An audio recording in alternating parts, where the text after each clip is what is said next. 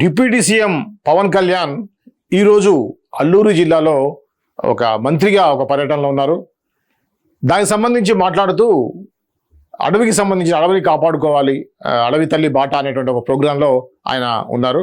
ఈ క్రమంలో మాట్లాడుతూ నిజానికి ఆ ప్రాంతం మొత్తం కూడా వైఎస్ఆర్సీపీ సంబంధించినటువంటి ఎక్కువ మంది కార్యకర్తలు ఓటర్లు ఉండేటువంటి ఏరియా.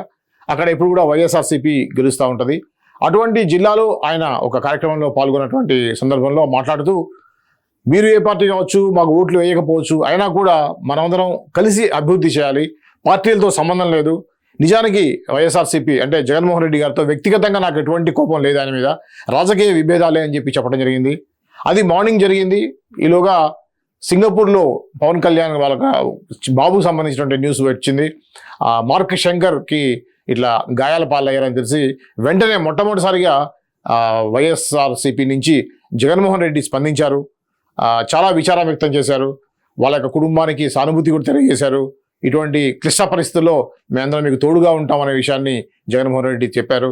సో ఇదేంటంటే దీన్ని బట్టి అనుకోవాల్సింది ఏంటంటే రాజకీయంగా ఇటువంటి విభేదాలు ఉన్నప్పుడు కూడా వ్యక్తిగతంగా అందరూ ఒక్కటిగా ఉండాలి, హ్యాపీగా ఉండాలని అనుకోవటం అనేది చాలా మనం ఆహ్వానించదగ్గ విషయం.